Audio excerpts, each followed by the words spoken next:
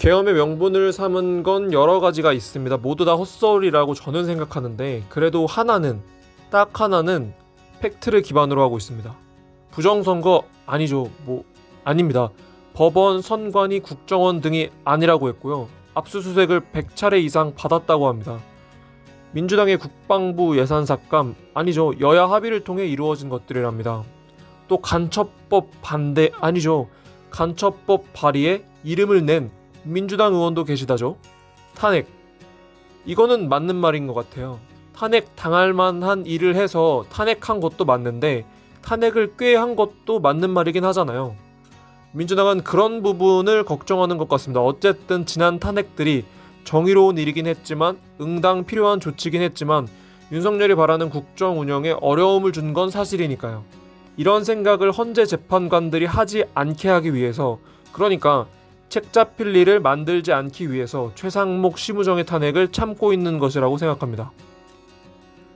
또 극우들의 결집을 걱정하는 것 같기도 합니다. 아시다시피 이들은 이미 폭력을 저질렀습니다. 우리가 두 눈으로 법원을 때려 부수며 판사를 찾는 그들을 똑똑히 보았습니다.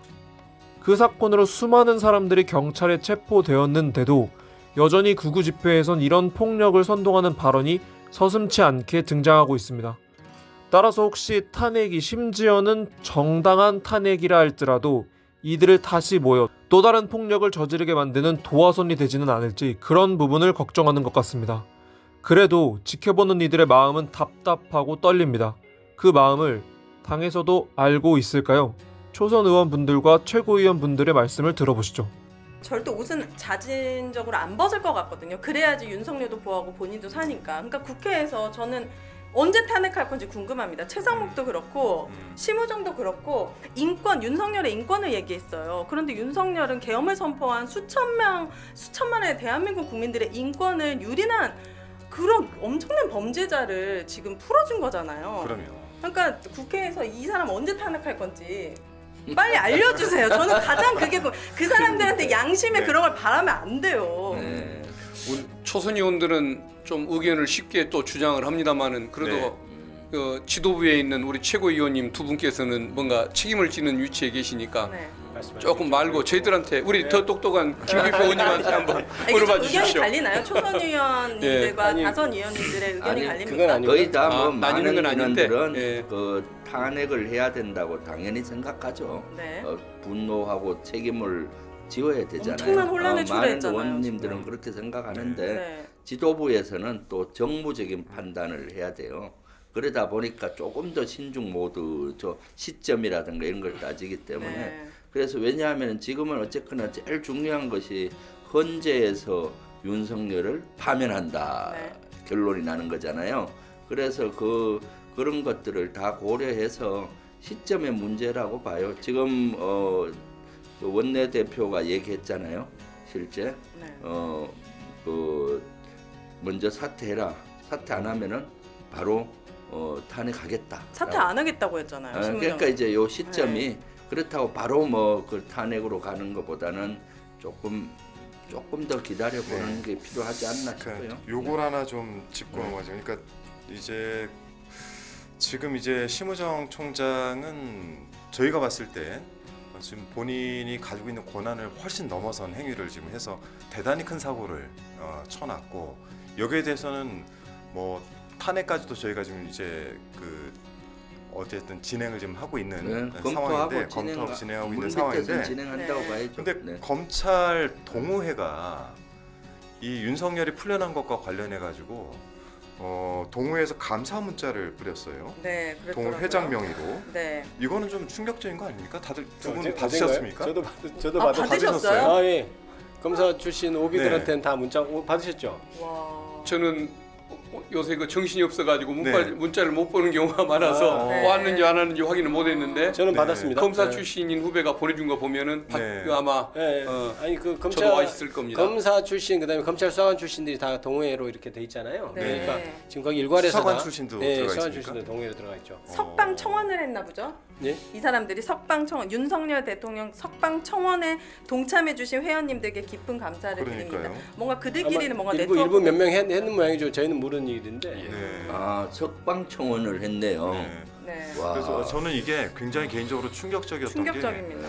우선 심우정 총장이 그 친 사고는 지금까지 검사들이나 수사관들 그리고 경찰에서 실무를 하면서 지금까지 뭐 어쨌든 십수년간 지켜왔었던 룰을 깬 거잖아요. 그 룰을 깬 것이고 또 행정부 소속의 공무원이 자기의 권한을 넘어서서 어쨌든 사법부의 결정에 대해서 판단하고 여기에 대해서 이게 권한이 있는지 모르겠으나 고검에 있는 특수본에게 너 즉시 항고하지 마 이렇게 지시를 한 거 아닙니까? 지휘를 한 거 아닙니까?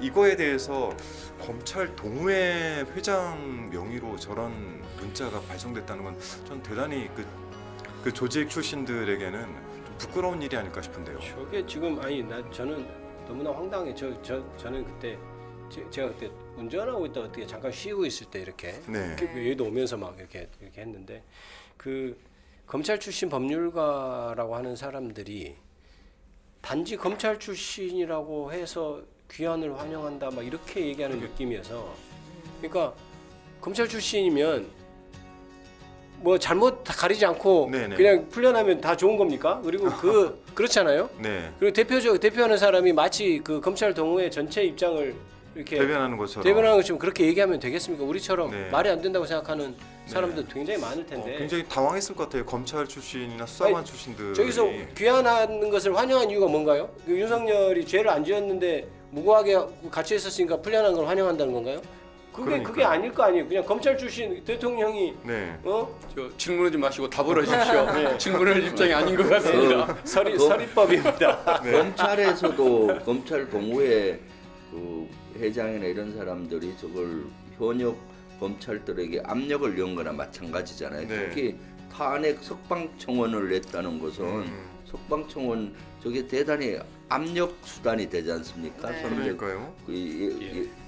군에서도 예비역 장성들이 간혹 현역들한테 막 저런 성명서나 압력을 넣는데 검찰은 법을 집행하는 건데 저런데 영향을 받으면 안 되는데 저 영향을 우리 검찰총장 심우정 검찰총장도 영향을 받은 것 같네요.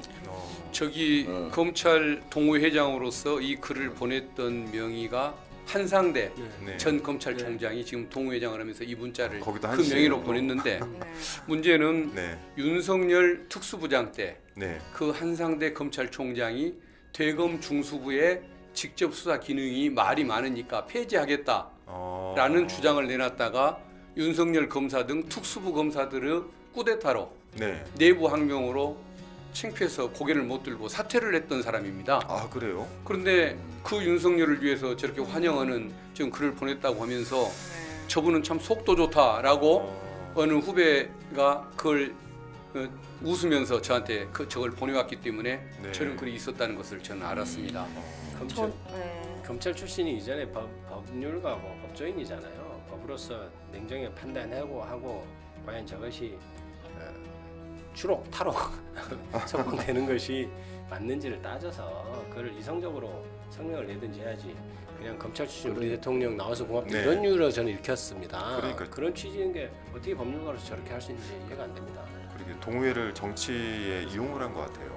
윤석열 씨가 최후 변론 할 때도 전 되게 의아하다고 생각했던 게 죄송합니다 말 한마디 안 했거든요. 되게 비상식적인 궤변을 계속 이어갔잖아요. 최후 변론까지. 그래서 저 사람은 진짜 끝까지 미쳤구나 파면 되겠다 이렇게 생각했는데 저는 엊그제의 결정을 보고 그렇게 판단하면 안 될 것 같다는 생각이 들었어요. 윤석열이라는 사람은 자기가 풀려날 거를 예견했을 수도 있고 우리가 모르는 그 사법부 카르텔이라는 게 분명히 존재하고 이제 국민들은 검찰이나 판사나 이런 신뢰가 굉장히 많이 이번 사건으로 인해서 무너졌고 더 나아가 헌재에서 만에 하나 다른 결정을 할 수도 있을 때 파면이 아닌 그것의 최악의 상황에 대해서도 대비해야 한다. 상상 이상의 일들이 앞으로 일어날 수 있다. 이런 걱정, 불안이 현실로 다가왔기 때문에 최악의 상황도 대비하셔야 된다. 저는 생각합니다. 맞아요. 옳은 말씀하셨어요. 지금 이제 헌재 재판관들에게 시선이 몰리고 있는데 다 쏠려 있는데 지금 뭐 헌재 측에서 들려오는 소식이 있나요? 혹시 오늘 뭐 영상을 시청해 주셔서 감사드립니다. 혹시 괜찮으시다면 좋아요, 구독, 알림 설정 부탁드립니다. 감사합니다.